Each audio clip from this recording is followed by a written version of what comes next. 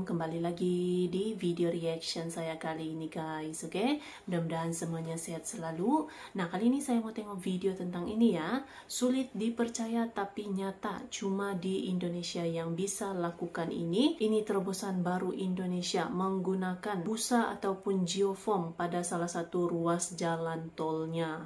Jadi ini nih dia ya, banyaknya gitu kan, terobosan-terobosan dan juga teknologi-teknologi yang sangat unik ya. Salah satu contohnya ini menggunakan busa ataupun geoform gitu ya pada ruas jalan ini. Pembangunan jalan tol ini menggunakan busa ataupun geoform ini ya, keren. So, jangan lama-lama lagi, mari sama-sama tengok video ini. Let's go. Ini dia ya, guna geoform.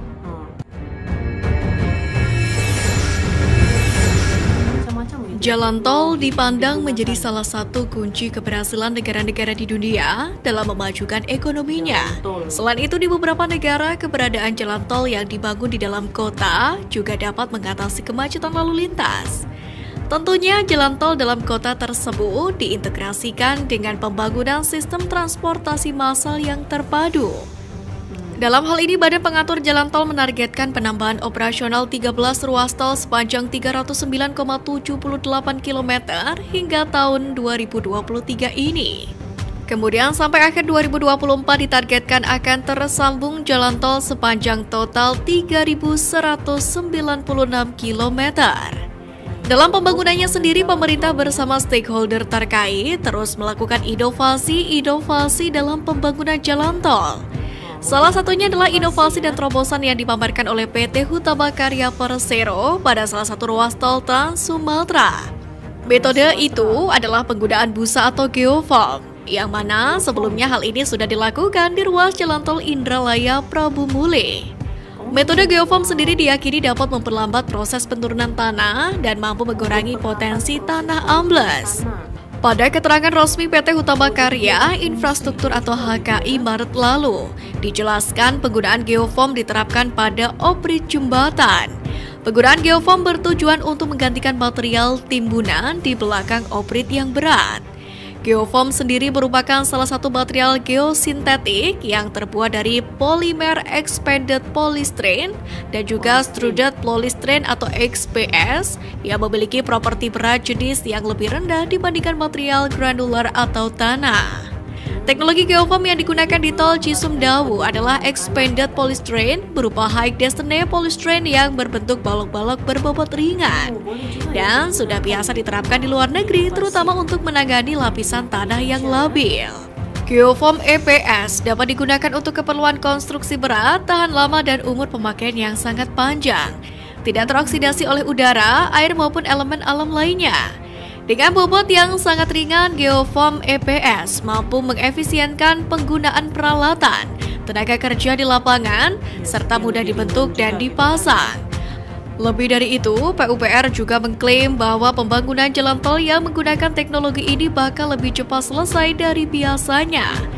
Hal ini karena tidak perlu dilakukan timbunan tanah sebab akan dilakukan penyusunan busa layaknya susunan puzzle.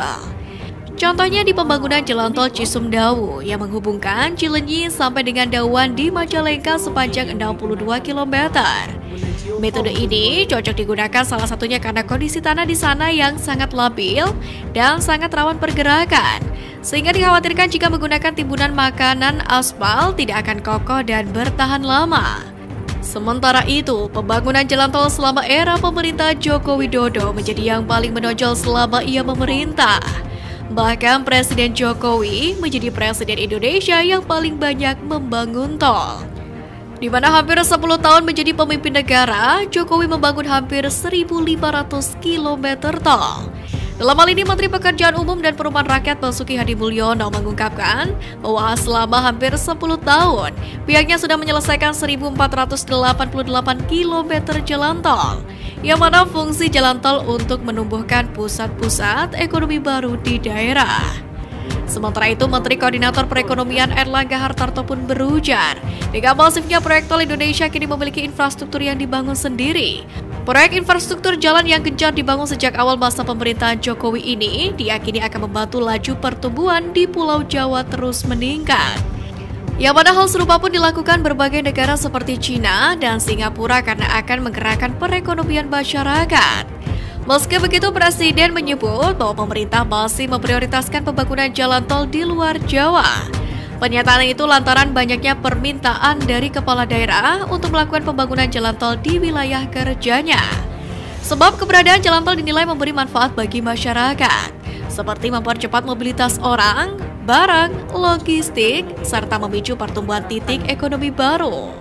Di sisi lain, meski permintaan pembangunan jalan tol berdasarkan manfaat yang telah dirasakan, namun program pembangunan jalan tol di era pemerintahan Jokowi masih mendapatkan kritikan dari beberapa pihak.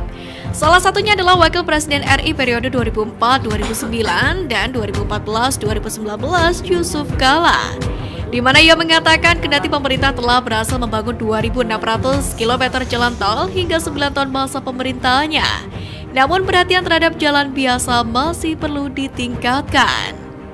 Lalu, bagaimana menurut Anda?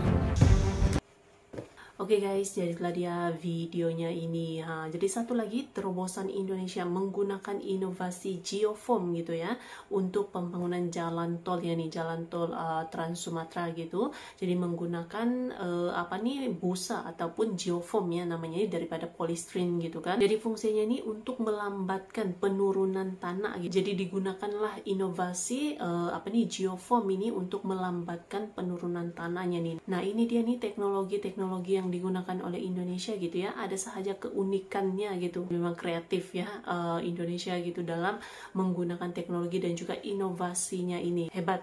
So, terima kasih banyak sebab kamu sudah menonton video ini. Jangan lupa macam biasa untuk support channel saya dengan subscribe, like video ini, dan jangan lupa untuk komen juga, oke? Terima kasih banyak dan kita jumpa lagi di video seterusnya. Assalamualaikum.